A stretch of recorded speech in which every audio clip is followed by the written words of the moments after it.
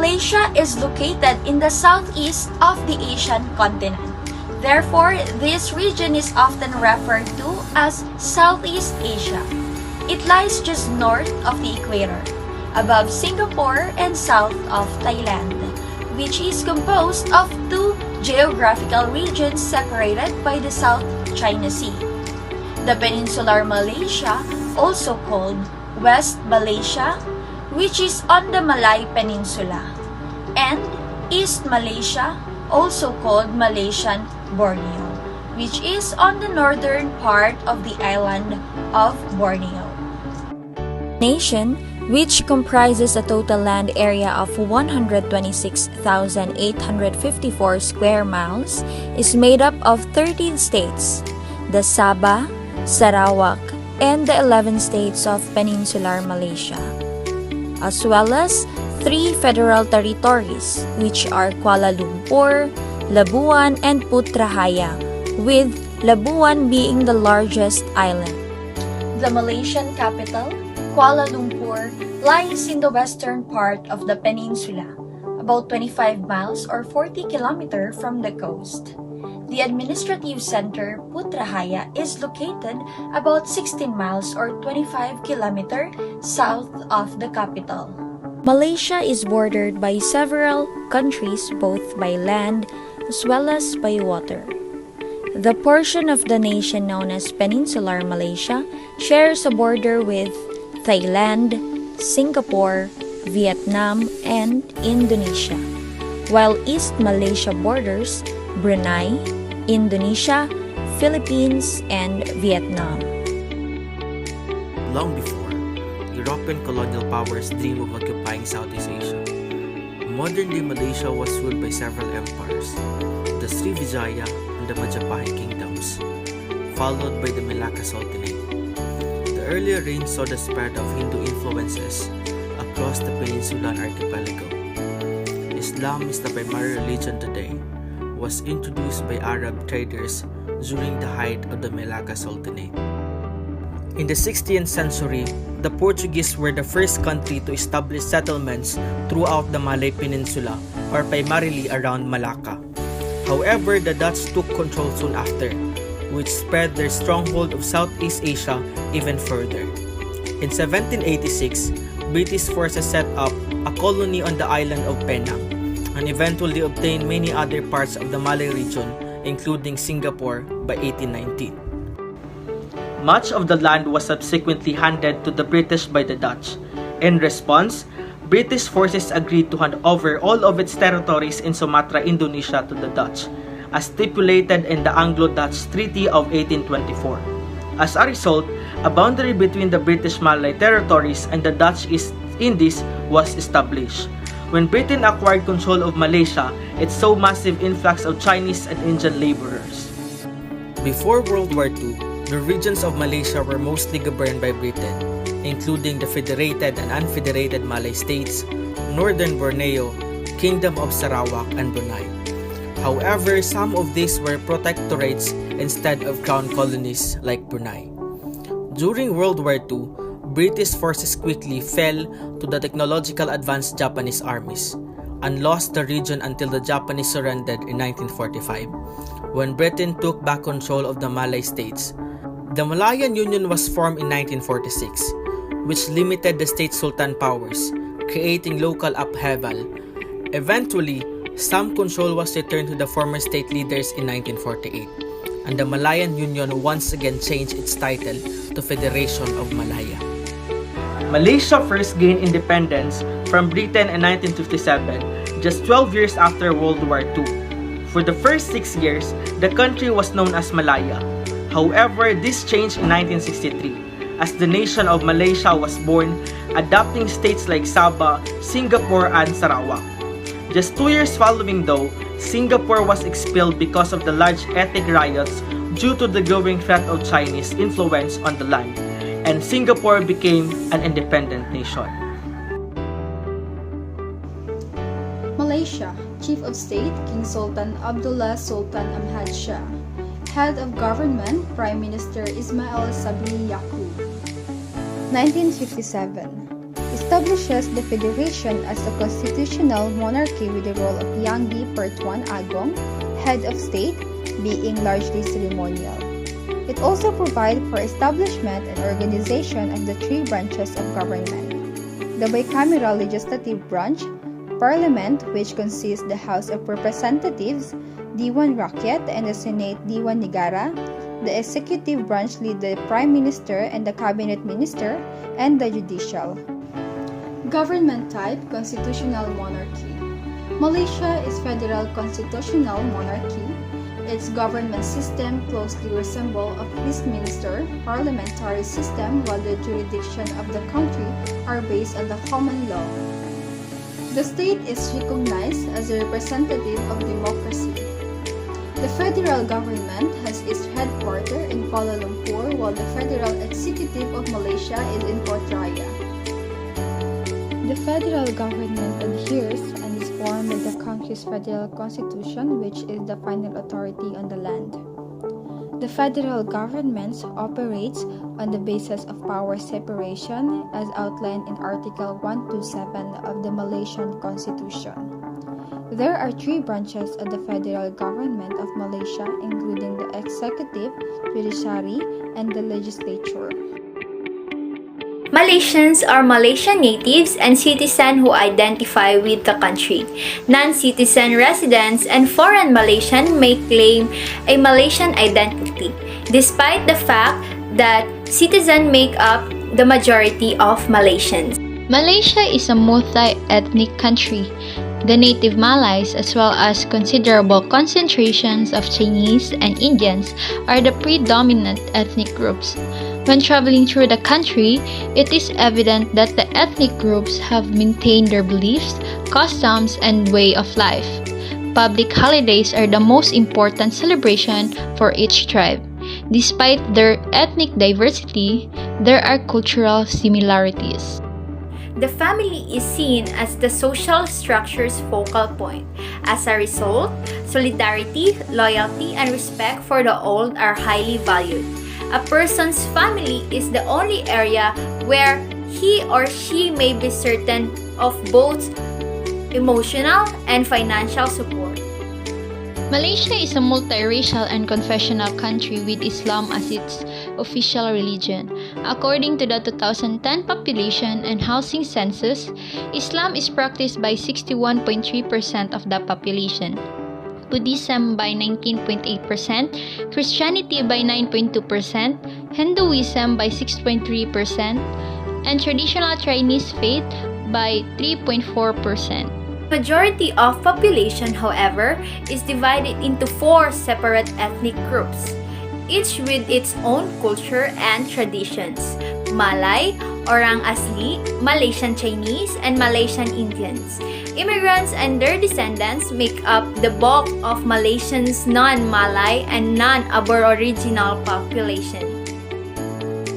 Following the first era of Portuguese, Dutch, and then substantially lengthier British colonialism, numerous waves of non-Aboriginal immigration and settlement occurred throughout over 5 centuries and continue to this day.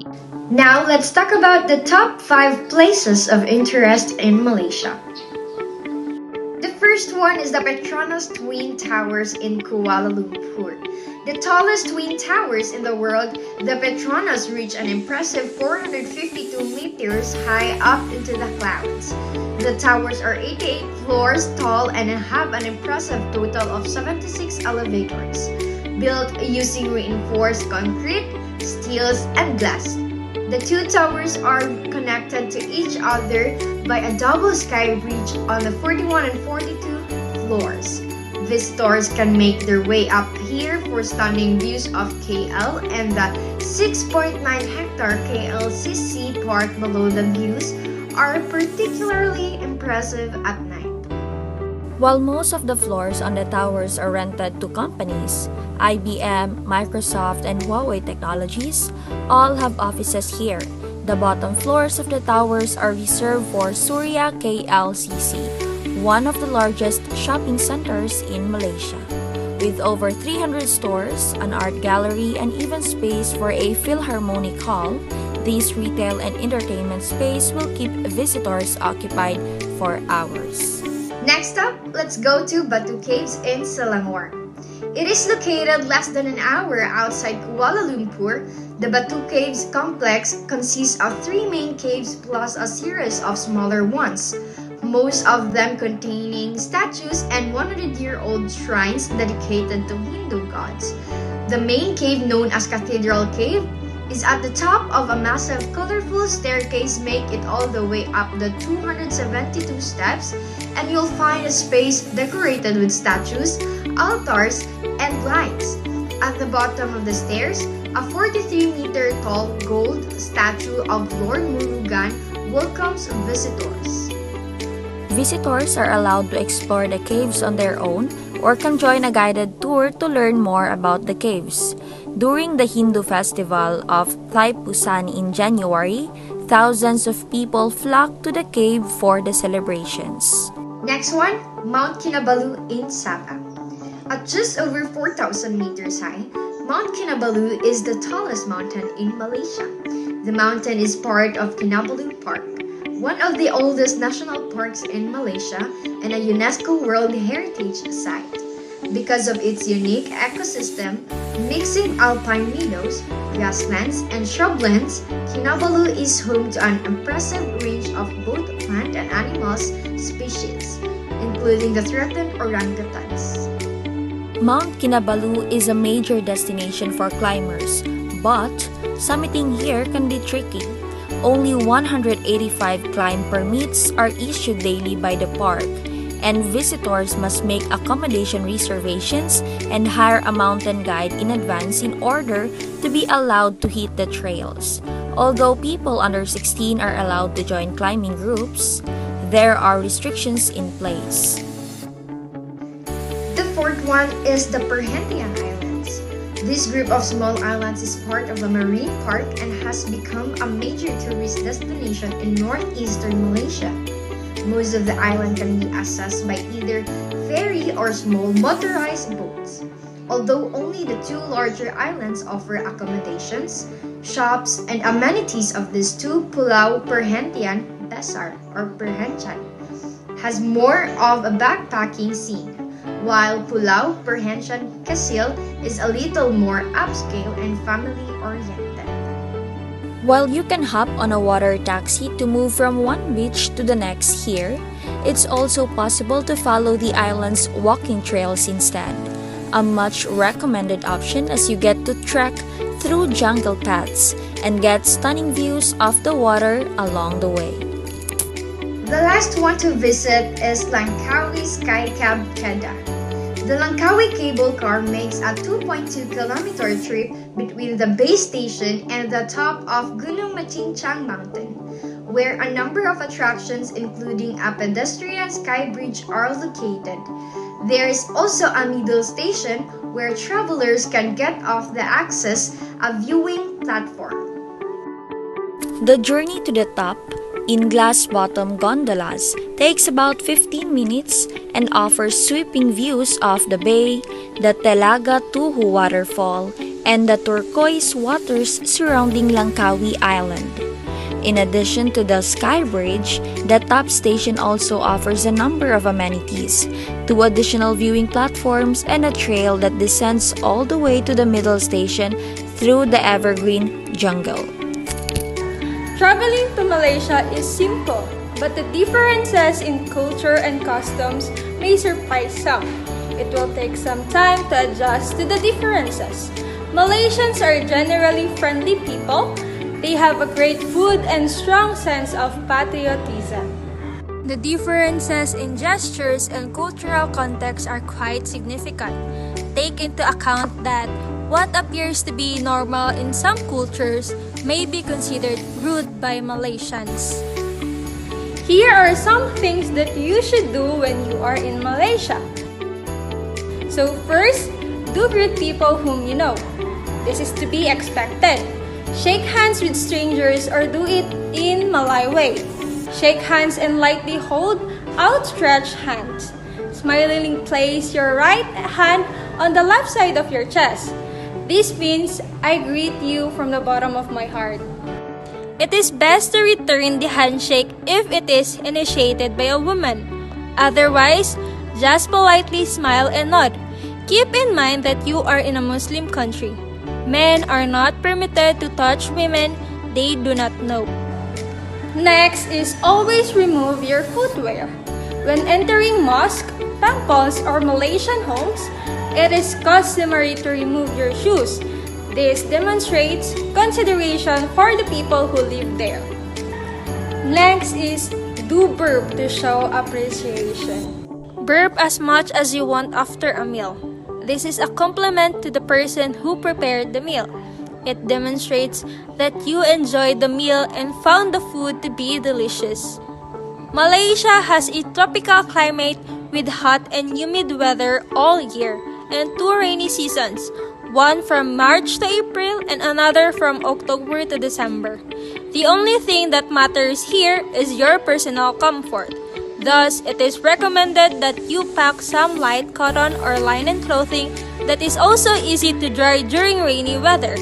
Malaysia accepts casual and cool clothing all year, but there are a few basic etiquettes to remember.